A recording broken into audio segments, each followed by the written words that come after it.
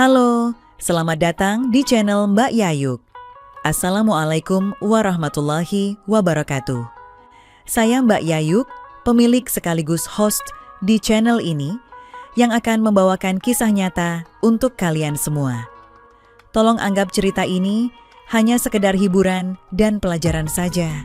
Dan jika ada kesamaan nama, tempat dan kejadian, semua itu mungkin hanya kebetulan semata.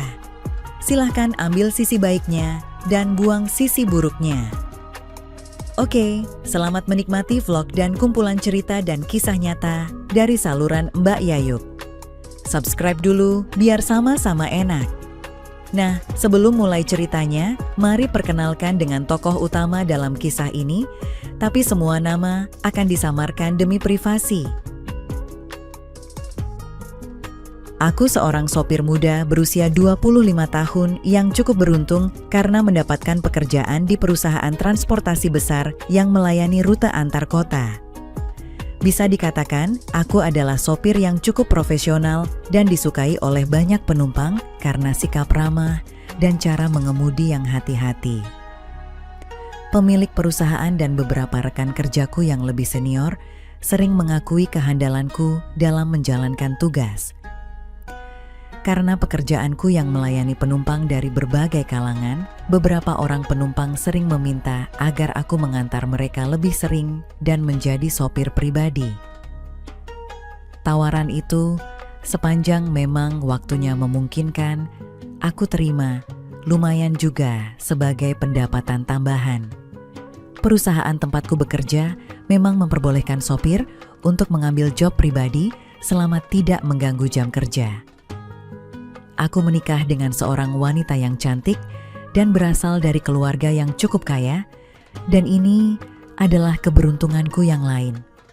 Selain itu, ada satu keberuntungan luar biasa lagi. Apakah itu? Karena setelah menikah, aku tidak ikut tinggal di rumah mertuaku. Aku dan istriku memilih untuk hidup mandiri.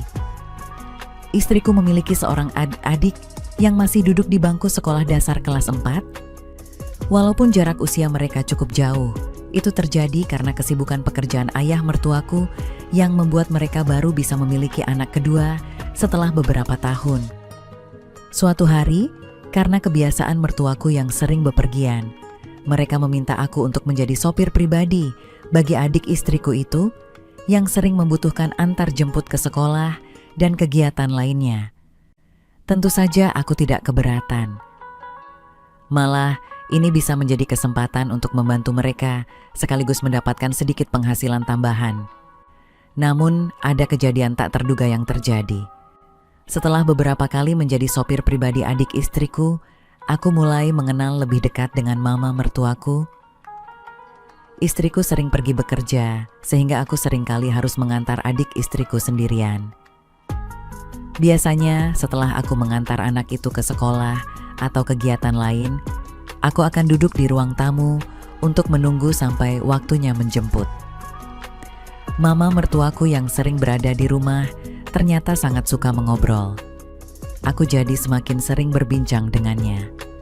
Sebagai informasi, mama mertuaku adalah wanita yang sangat pandai menjaga penampilannya. Dia selalu mengenakan pakaian yang rapi dan sopan, bahkan di rumah. Sewaktu di rumah, mama mertuaku gemar memakai pakaian tertutup yang membuatku berpikir dan penasaran dengan apa yang ia tutupi dengan pakaian tersebut. Namun, aku tahu bahwa sebagai seorang menantu, aku harus sangat berhati-hati. Aku tak ingin membuat situasi menjadi canggung atau membahayakan hubungan dengan mertuaku. Hari demi hari, aku merasa semakin tertarik dengan sosok mama mertuaku. Keanggunan dan kecerdasannya membuatku semakin kagum. Walaupun aku tidak pernah menunjukkan ketertarikanku secara langsung, perasaan itu semakin menguat setiap kali kami berbincang. Terkadang pikiranku melayang dan aku membayangkan jika ada kesempatan untuk lebih dekat dengannya. Namun, aku sadar bahwa aku harus menjaga sikap. Meskipun demikian, hubungan yang aku bangun dengan mama mertuaku semakin dekat. Di balik sikap hati-hati, ada rasa kagum yang sulit aku hindari. Setiap kali selesai mengantar adik istriku ke sekolah, aku sering mengobrol dengan mama mertuaku. Kadang kami membahas topik ringan, kadang juga topik yang lebih serius. Aku merasa hubungan kami baik-baik saja, meskipun ada perasaan lain yang sulit untuk aku ungkapkan. Malam itu, setelah mengantar adik istriku, aku kembali ke rumah mertuaku. Kebetulan papa mertuaku ada di rumah. Setelah memberikan antar jemput, seperti biasa aku diberi makanan kecil dan minuman pelepas dahaga. Mama mertuaku dan suaminya duduk bersama aku, berbincang santai tentang berbagai hal. "Mas Anton," sapa papa mertuaku memulai pembicaraan. "Ya, ada apa, Pak?" Jawabku ringkas sambil menantikan kata-katanya. "Minggu depan papa mesti pergi ke luar negeri untuk ngurusin kerjaan," sambungnya. "Wah, semoga berhasil dan semakin berkembang Pak bisnisnya," jawabku. "Tapi masalahnya papa harus pergi ke sana selama 1 minggu." "Lalu apa masalahnya, Pak?" jawabku. "Tidak ada seorang pun yang akan berada di sini untuk menemani mama dan adik kamu, Mas.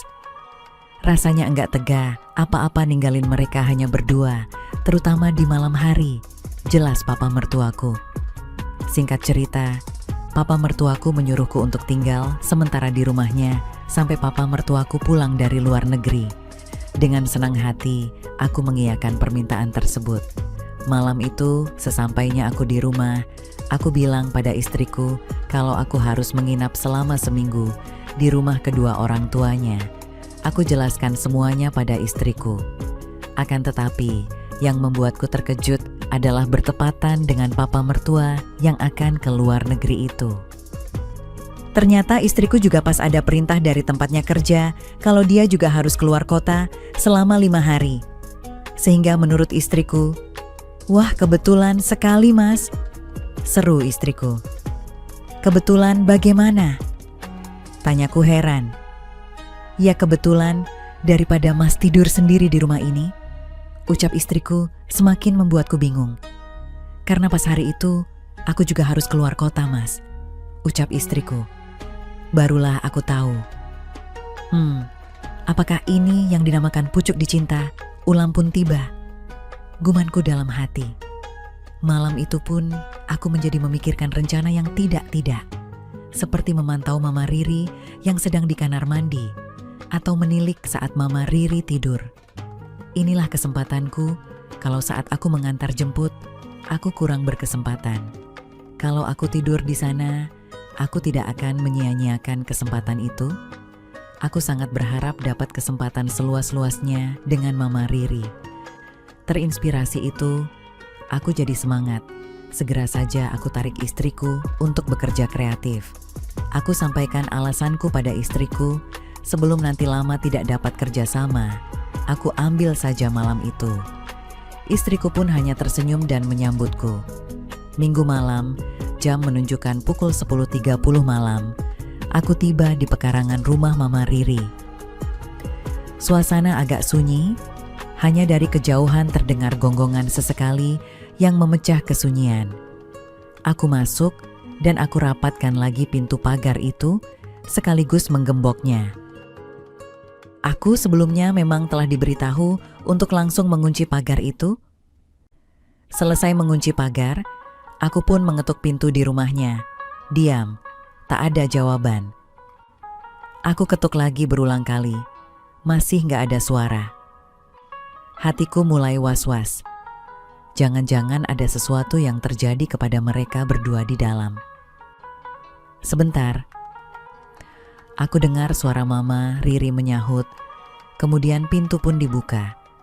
Aku lihat Mama Riri seperti yang aku bayangkan, yaitu hanya pakai handuk. Tapi handuk itu kelihatannya tidak cukup untuk menyembunyikan keindahan yang selama ini menjadi inspirasiku. "Silakan masuk, Mas," suruhnya. Aku pun masuk dan sewaktu melintasinya, aroma harum sabun masih terhirup olehku. Aku menoleh lagi ke belakang. Mama Riri sedang mengunci lagi pintu rumahnya. Aku melihatnya dari arah belakang. Wow, malam itu pun menjadikan perasaanku semakin tidak menentu.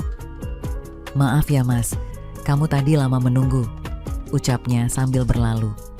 Tidak apa-apa kok, Ma, sahutku seraya menelan ludah. Mama mandi tadi, tanyaku. Iya, Mas, jelas Mama mertuaku. Oh iya, Ma, balasku. Duduklah, Mama mau ganti dulu, sambungnya sambil menuju ke lantai atas. Mataku tidak lepas darinya sampai hilang dari pandangan. Aku pun duduk di sofa sambil membalik-balik majalah yang ada di situ. Tidak lama kemudian, Mama Riri pun turun, tetapi tidak langsung menemuiku. Dia terus melangkah ke dapur. Tidak berselang lama, ibu mertuaku pun datang ke ruang tamu dengan 2 gelas air sirup di tangannya. Mama Riri mengenakan pakaian tidur warna pink dan tidak berhijab seperti biasanya, sehingga menampakkan bayangan-bayangan yang indah di mataku. Sesaat dia membongkuk meletakkan air di atas meja, sehingga dia tidak hanya menyuguhkan air itu saja, tetapi sekaligus menyuguhkan sesuatu yang begitu indah di mataku. Spontan aku pun merinding. Silahkan diminum, Mas, ucapnya sambil duduk berhadapan denganku. Terima kasih, Ma. Aku menjawab sambil mengambil air sirup yang terhidang. Terima kasih Mas Anton sudah bersedia datang. Mama Riri membuka pembicaraan. Mana si adik, Ma? Tanyaku. Karena adik istriku itu dari tadi tidak kelihatan. Dia sudah tidur, sahutnya. Memang jam segini adik tidur, Ma? Tanyaku. Memang dia tidur awal. Pukul 10 malam pasti Mama suruh dia untuk tidur. Jelas ibu mertuaku. Kami berdua terus ngobrol, dari situlah aku jadi tahu serba-serbi tentang keluarga ini. Aku juga mengatakan pada ibu mertuaku kalau istriku kebetulan juga sedang keluar kota. Sewaktu ngobrol itu, aku tidak bosan melihat keayuan wajahnya dengan rambut ikal mayangnya, membuat aku ingin segera meraihnya saja. Sudah ada tanda-tanda istrimu itu mau kasih cucu Mama, apa belum, Mas? Tanya ibu mertuaku. Belum, Ma, jawabku. Jangan lama-lama, Mas, sahutnya. Saya sudah berusaha, Ma, tapi tidak tahu kenapa kok belum jadi juga, sahutku. Atau jangan-jangan caranya ada yang salah, Mas, ucapnya seraya menatapku dengan serius. Aku terus diam, belum menemukan bahan pembicaraan lainnya. Begitupun dengan ibu mertuaku. Aku baca majalah sambil sesekali ekor mataku menelusurinya.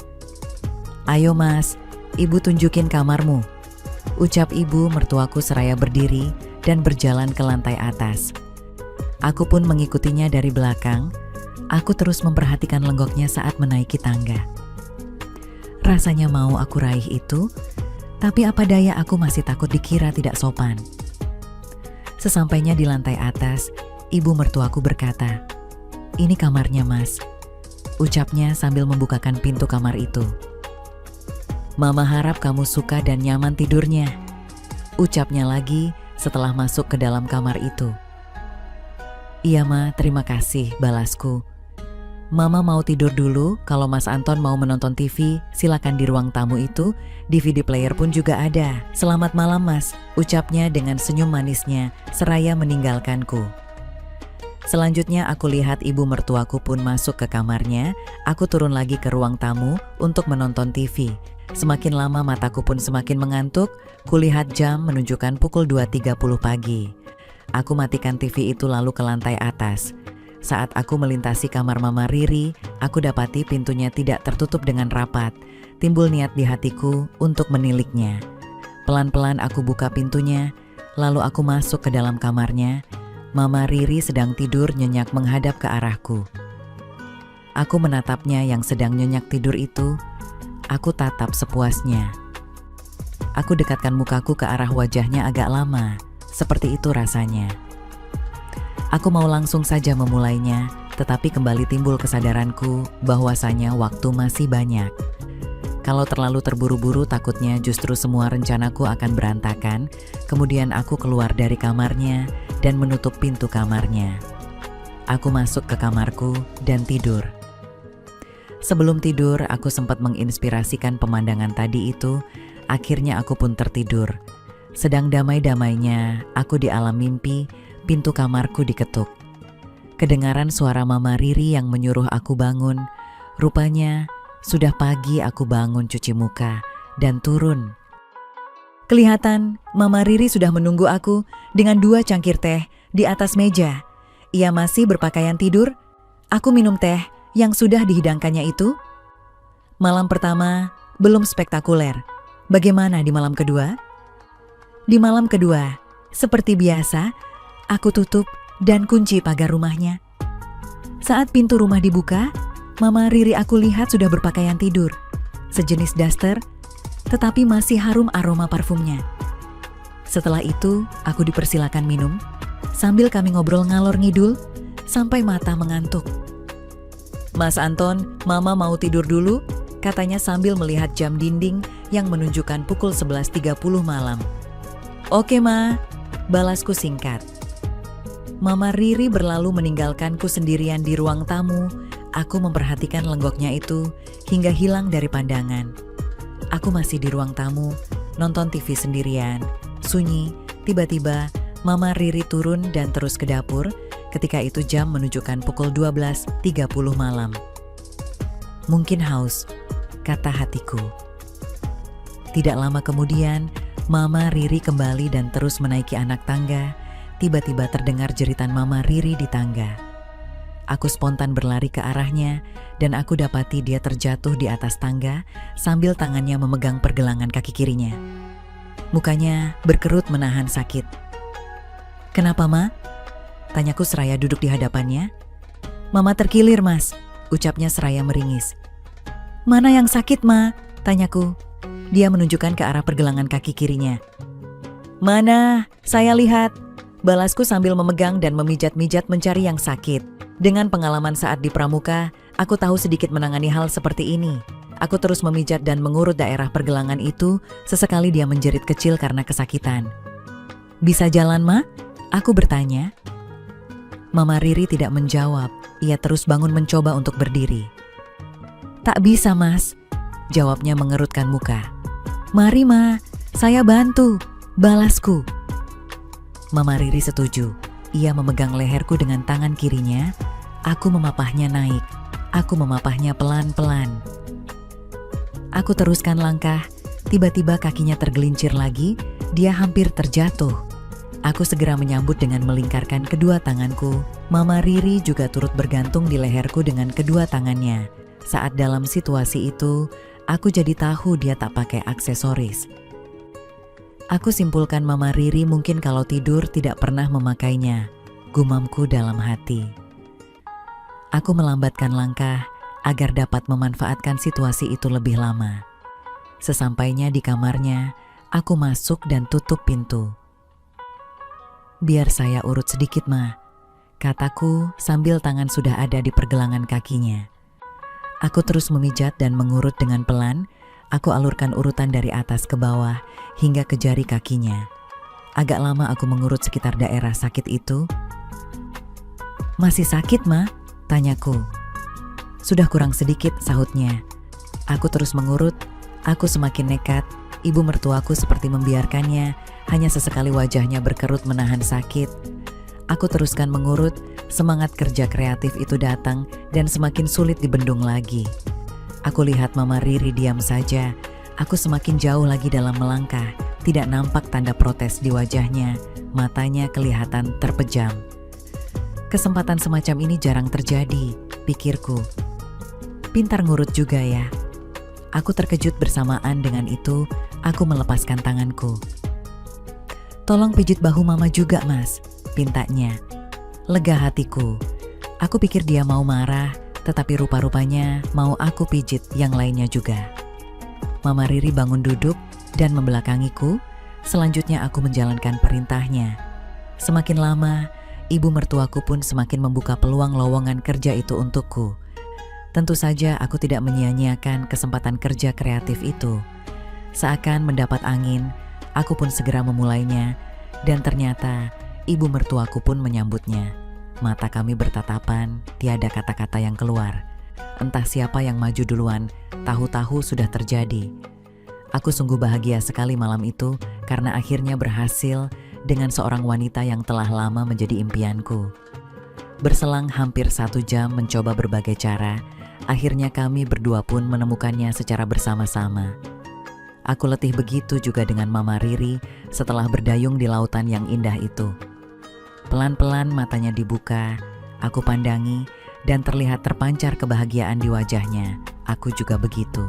Malam itu kami tidur bersama. Menjelang subuh aku terjaga dengan semangat baru. Mama Riri, aku bangun. Ternyata dia pun menginginkannya dan sekali lagi kami berlayar bersama ke Pulau Impian lagi.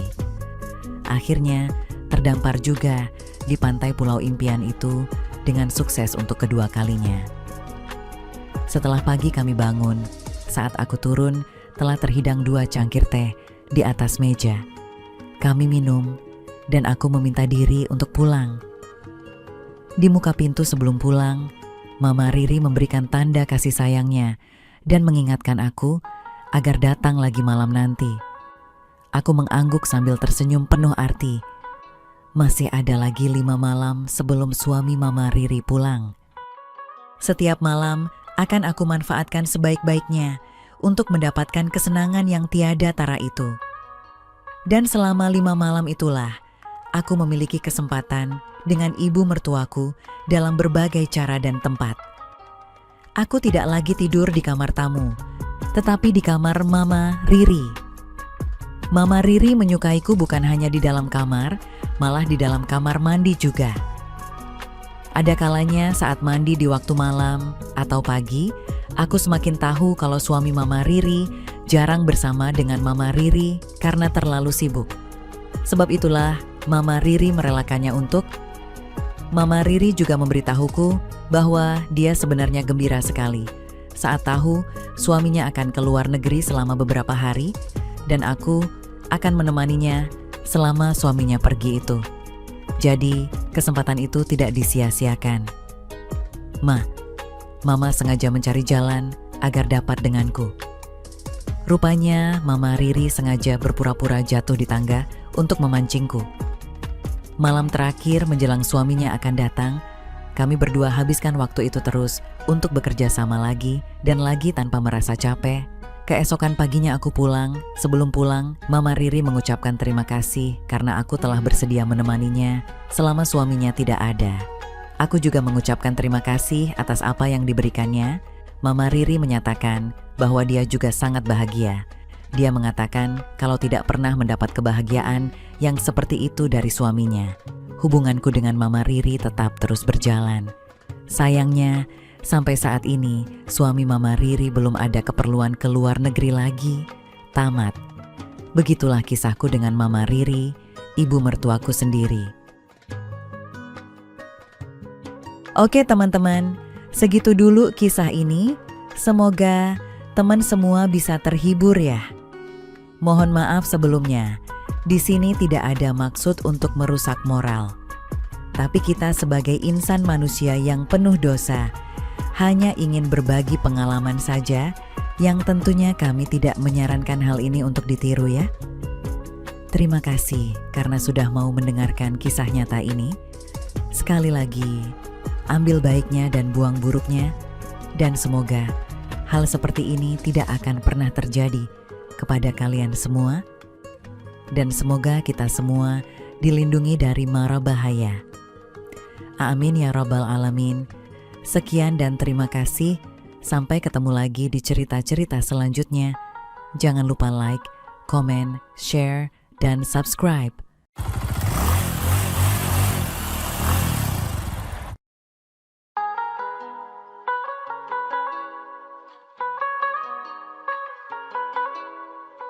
Halo, selamat datang di channel Mbak Yayuk. Assalamualaikum warahmatullahi wabarakatuh. Saya Mbak Yayuk, pemilik sekaligus host di channel ini yang akan membawakan kisah nyata untuk kalian semua.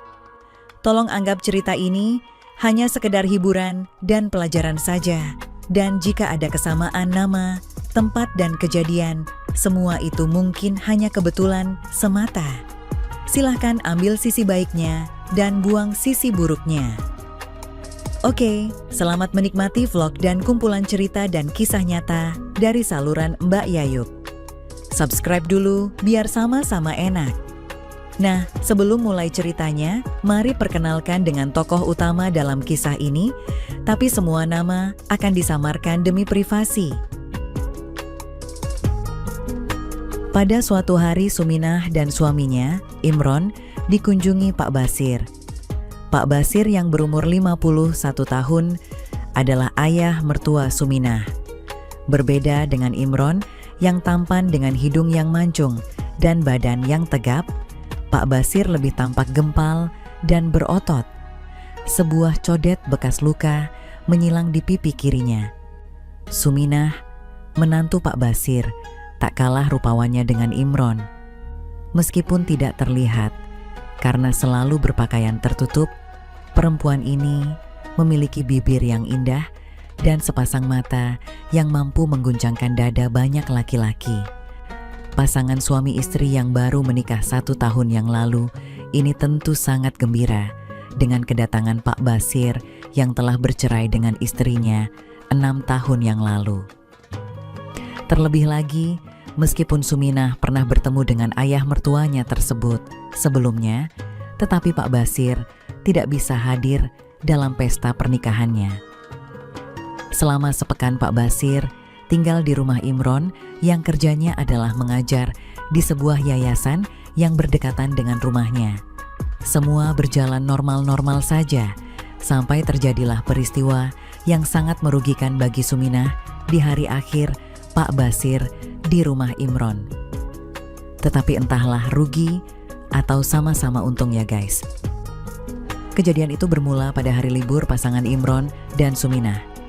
Namun, hari itu Imron harus mengajar 1 kelas tambahan dan Imron juga akan bertandang ke rumah salah satu siswanya hingga asyar. Seperti biasa, Suminah selalu menyiapkan makan pagi untuk suaminya dan Pak Basir.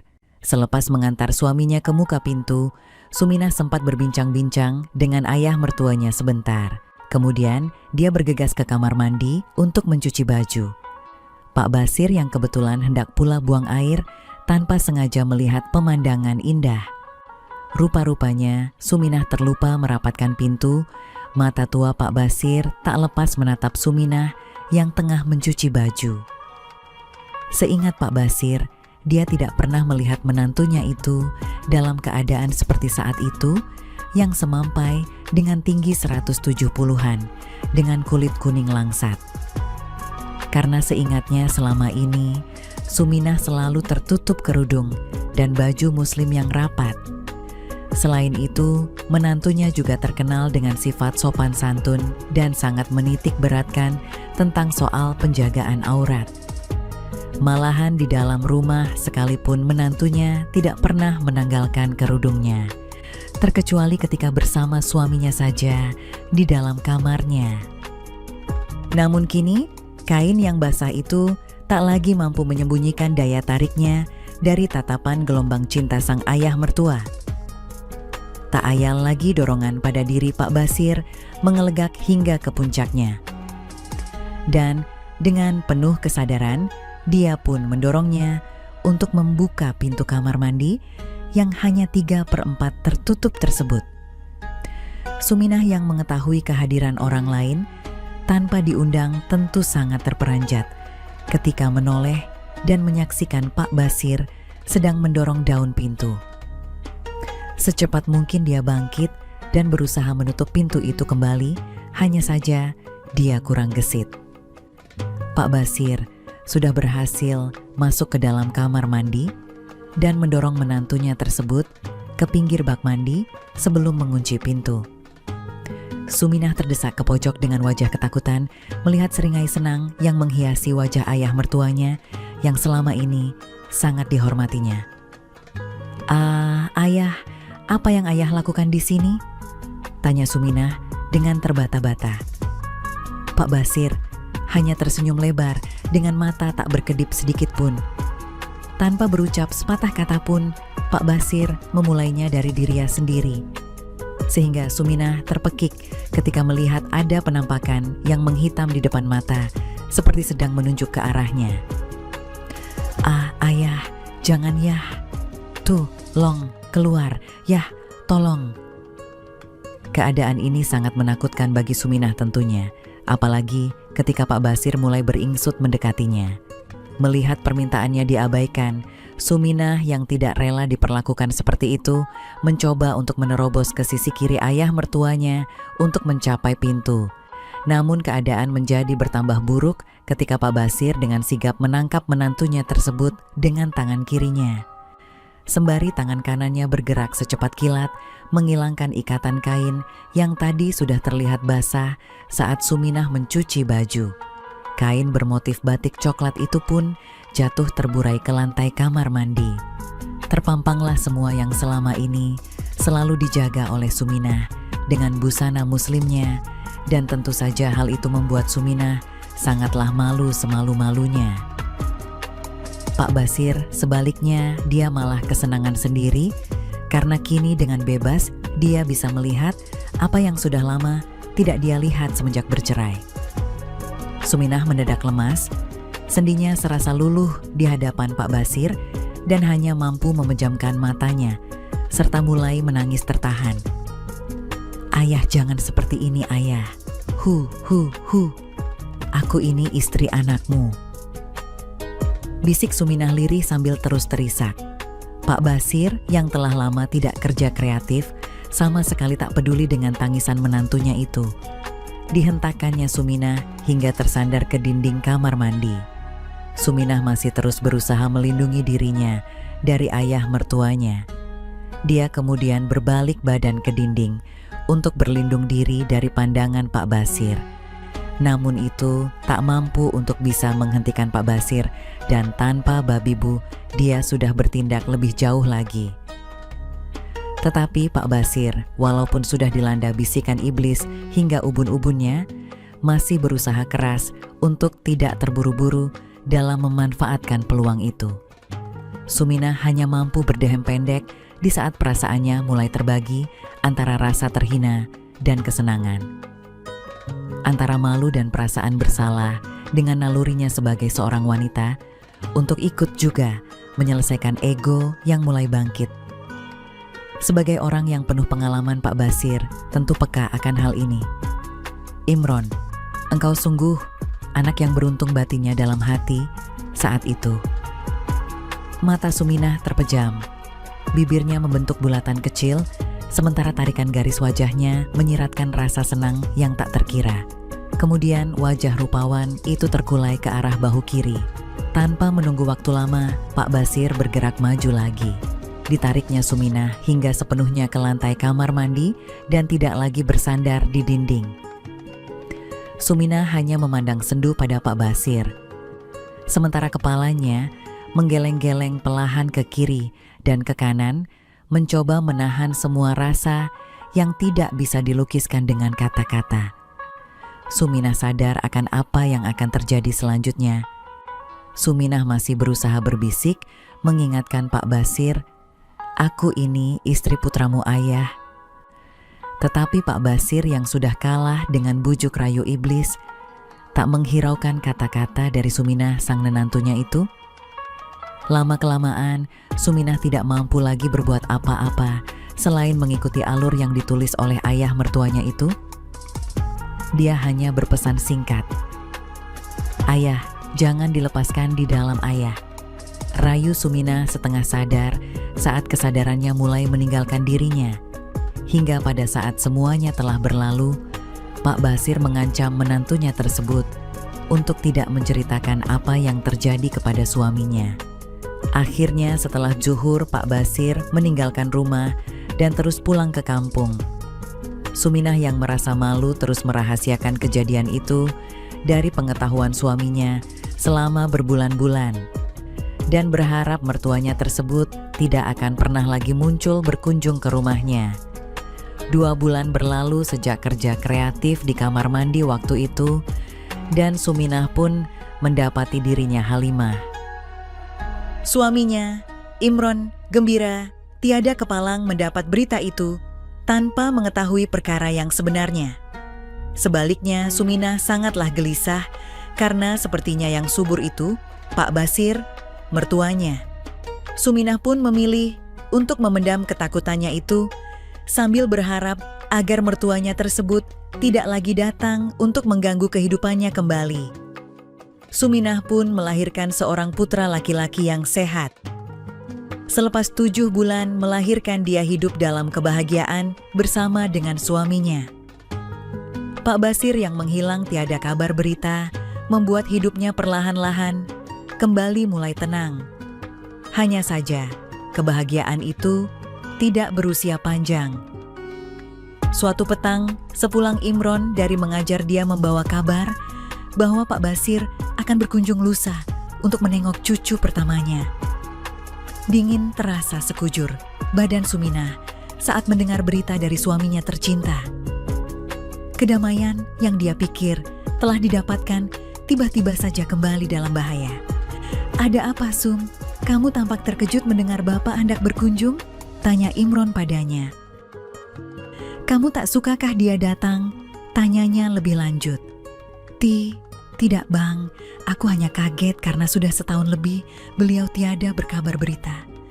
Suminah berusaha menutupi kegugupannya. "Oh Bapak memang selalu begitu. Setahun ini dia berniaga dan baru tahu kelahiran putra kita dari bibi saat pulang kampung kemarin," tutur Imron tanpa menangkap kegalauan perasaan Suminah. "Begitukah Bang? Tapi kalau memang lusa beliau datang, aku harap Abang bisa menunda kepergian Abang kemanapun hingga beliau pulang lagi," bujuk Suminah. "Aku takut tidak bisa menjamu beliau dengan baik karena sibuk menjaga putra kita Bang," pinta Suminah dengan cemas. "Baiklah istriku sayang, karena Bapak juga cuma 3 hari di sini, Abang akan tunda perjalanan Abang sampai beliau kembali ke kampung," kata Imron. "Terima kasih Bang."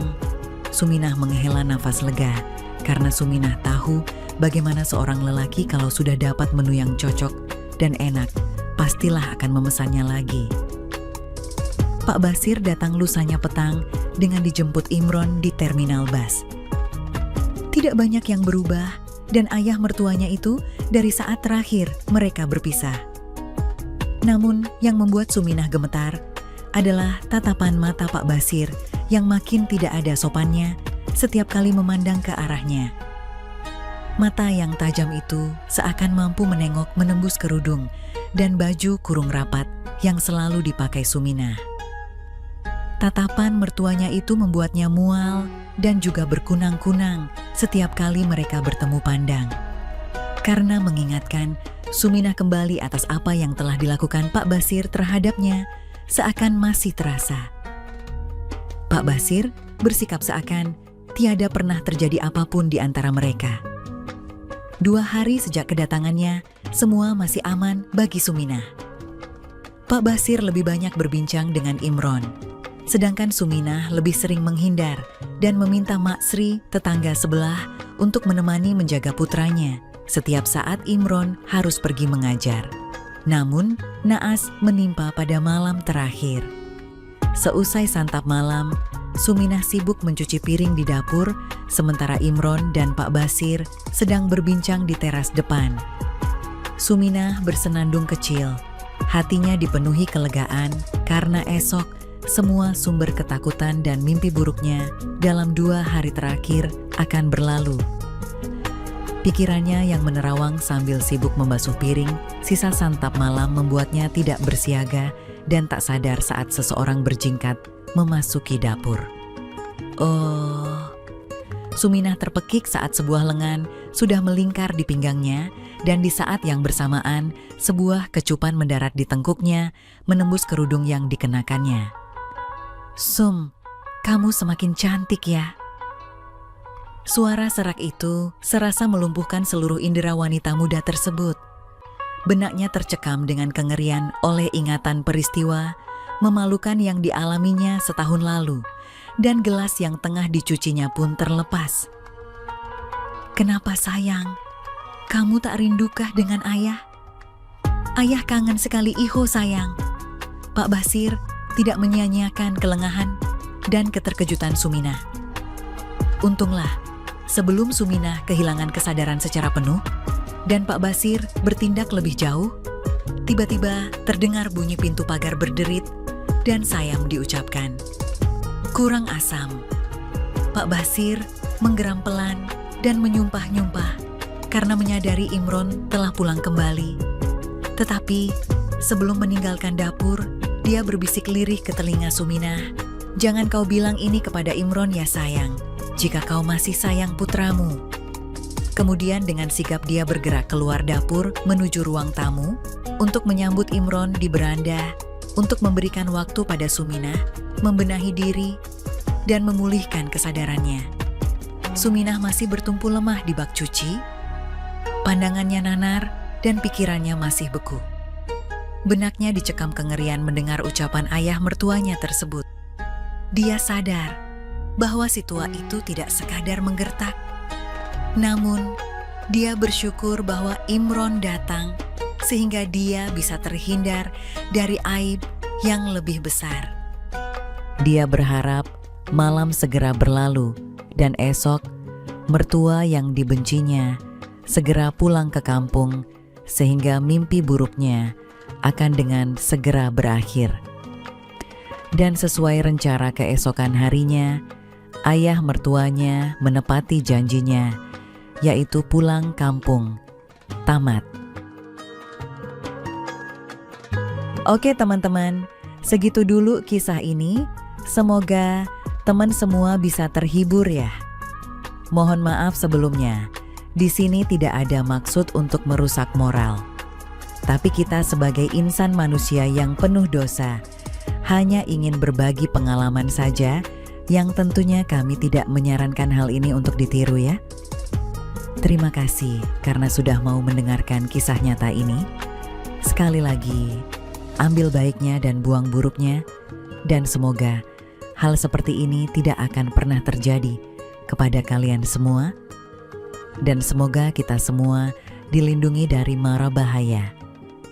Amin ya Rabbal Alamin. Sekian dan terima kasih. Sampai ketemu lagi di cerita-cerita selanjutnya. Jangan lupa like, komen, share, dan subscribe.